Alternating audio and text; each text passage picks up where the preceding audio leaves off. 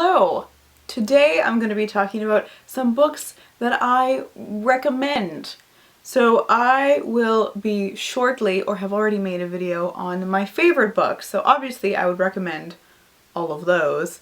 But these are just some additional ones that if people ask me that I would suggest. The first one I want to talk about is A Tree Grows in Brooklyn by Betty Smith, which is definitely my favorite modern classic. This book follows the Nolan family, particularly Francie, who is, I think she's the oldest girl, in Williamsburg in the slums of Brooklyn from 1902 to 1919. I would definitely recommend this book if you're wanting to get more into classics. This is probably the first classic I ever read of my own volition, and 10 out of 10 enjoyed. It is a bit of a slower book in terms of plot because it is so character driven, which I love and I know a lot of you like, but if that's not your thing, you might not enjoy it as much. The subtlety in this book is magnificent, and I think Betty Smith was able to achieve this also because this is very autobiographical. Like, this was her reality growing up in Williamsburg, you know, at the turn of the century. So it is a very family-centered book, and I love those books about them living in poverty and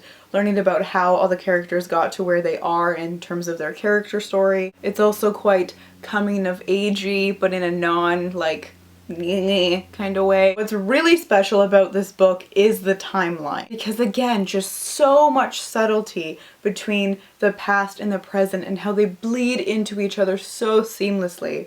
When you're focusing on Francie and her younger brother's quite intense character development because they are younger and it's happening in the moment, and then also switching back between the past and seeing how the parents and other relatives got to where they are now as well. It's a very tender and raw story, and I feel like I'm kind of just throwing words at you without like communicating the essence of the novel, but I mean, I can only do so much. That part's up to you when you read this, because you will, and you'll love it. The next book that I recommend is Wicked by Gregory Maguire, because if you haven't read Wicked yet,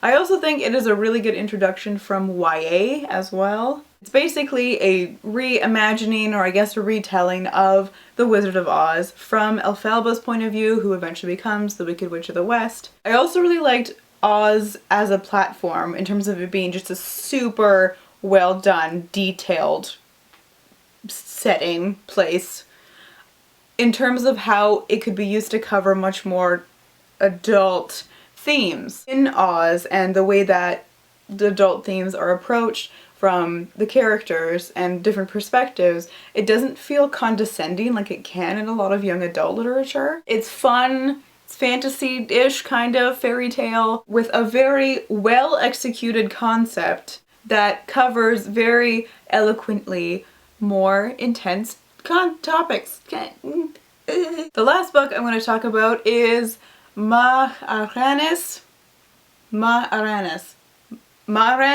by Lucy Moore. And this is a non-fiction book with a gendered perspective, which will never not be in a video on this channel. So this is biographic and is about 4 different women in a family in India. This was a gift to me, and I wasn't sure about it at first because I did read it quite a while ago, and this is like the first non-fiction book I think I ever read, and I loved it, and it didn't even like bother me that it wasn't fiction because it's so good.